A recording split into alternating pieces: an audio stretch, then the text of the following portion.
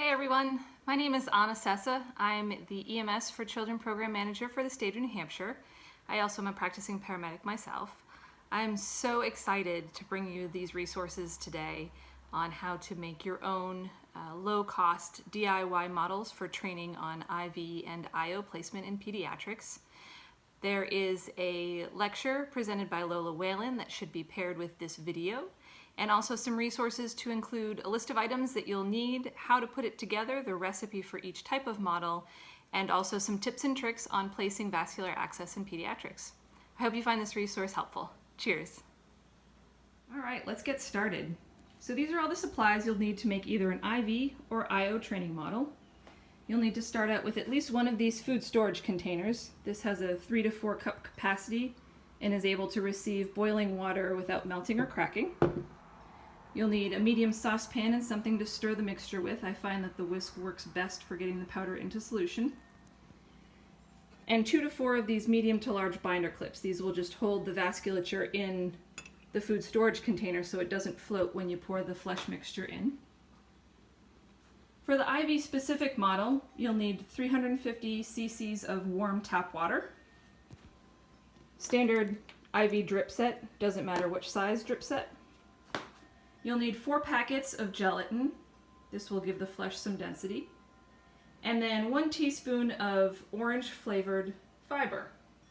Now, I've read that the fiber does better if it's sugar-free, but I haven't tried the with sugar version, so I'm not quite sure, but I use the sugar-free version. And again, you want it orange flavored because that's what's going to give our flesh its color. For the IO model, we need 425 cc's of warm tap water.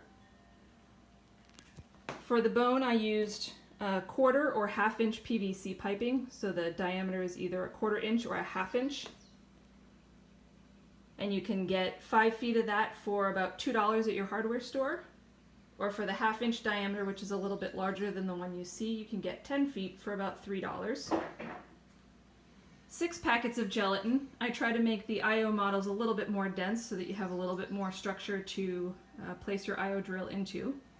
And I also make the IO model a little bit darker to replicate field experiences where you can't actually see the bone from outside. You have to actually palpate it. So for this, I do 2 teaspoons of the orange flavored sugar-free fiber. Now, your initial models will each cost about $10 because you need to buy the food container, which is about $8. But every model after that you create will only cost somewhere between $1.75 and $2.50. And they are reusable, so quite a good price for training models. Here are our IV and IO models set up and ready to receive the flesh mixture. What you'll see in each of them is that I've set it up to actually make 2 models in each, and I just find this a little bit more practical. You can get 2 reusable models out of each food container. These IV tubing, I just cut around all the ports, roller clamps, filters, all of that. And it's provided enough for actually 2 models here, and then you could probably make 2 extra ones out of what's left over. And then over here you see the representatives of pediatric bones. These are the 1/4 inch PVC pipes, and again, you're going to get 2 models out of this. And if you cut the PVC pipes just perfectly and your food container is such that they'll actually wedge down into the container, what I've found is actually using one of these medium to large binder clips to hold them in works really well. When you pour the flesh mixture into this, they'll actually float to the top if you don't secure them well enough.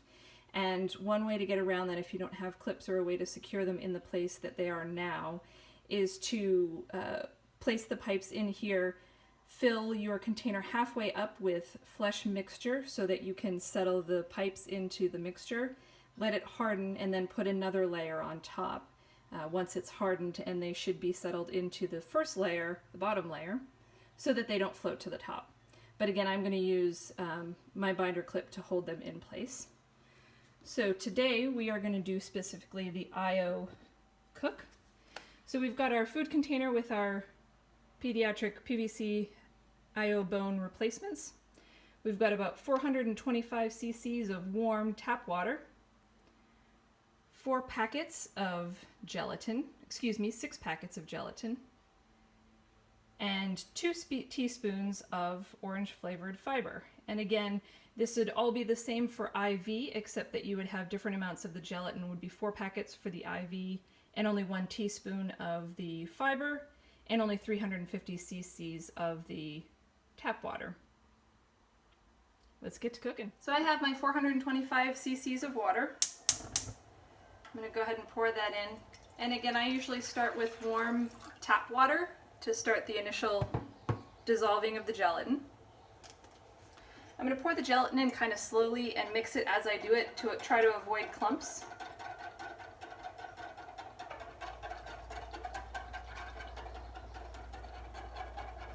And we're going to bring this up to a boil to start the setting of the gelatin.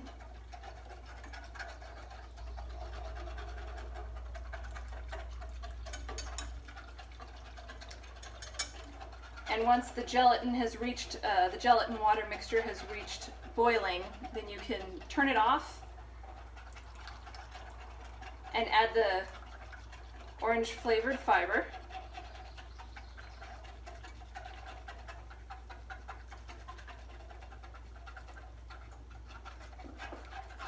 And you want to have your IV or IO set up ready to receive this, because once it's all mixed together, you want to be able to pour it in pretty quickly so it doesn't harden in your saucepan. Alright, so I've got it dissolved. It gets a little foamy at the top. You can remove the foam with like a paper towel or cheesecloth if you prefer. It's not necessary though.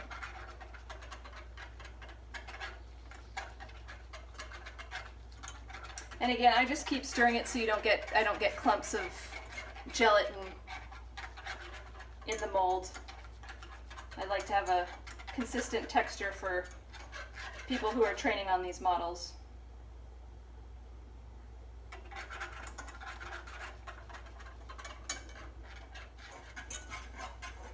Alright, so we have reached a rolling boil. I'm going to go ahead and turn off the heat. Again, keep stirring this so that it doesn't harden in your pan.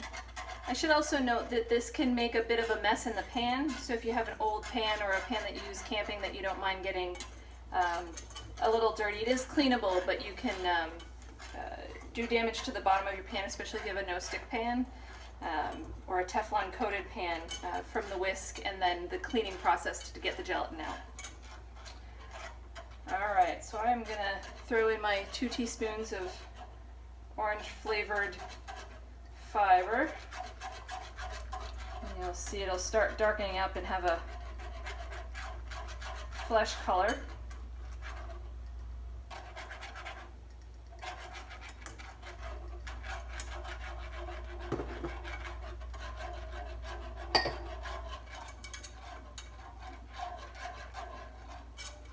Once that's dissolved, I'm going to go ahead and pour it right into the receiving food storage container.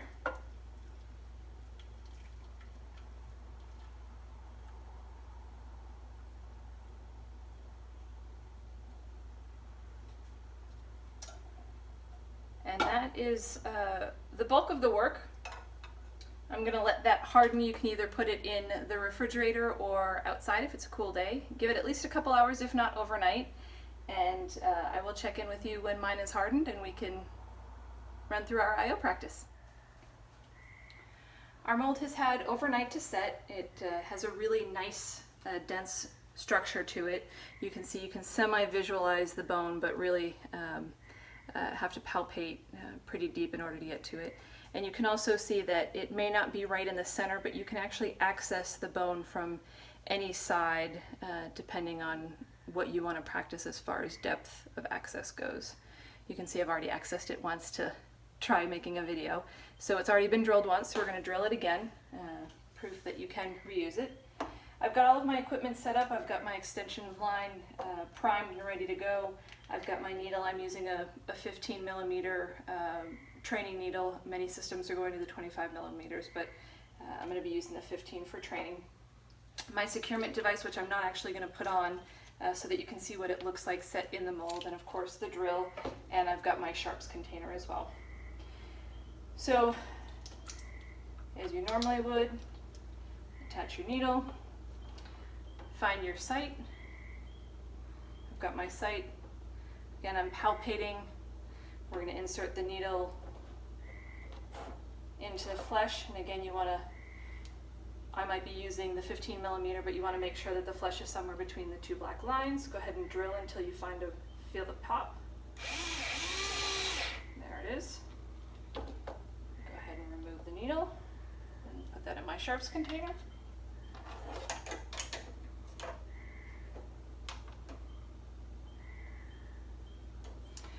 If you want to make a really fancy model, you can actually fill these pipes with red fluid with red food coloring and actually aspirate for blood.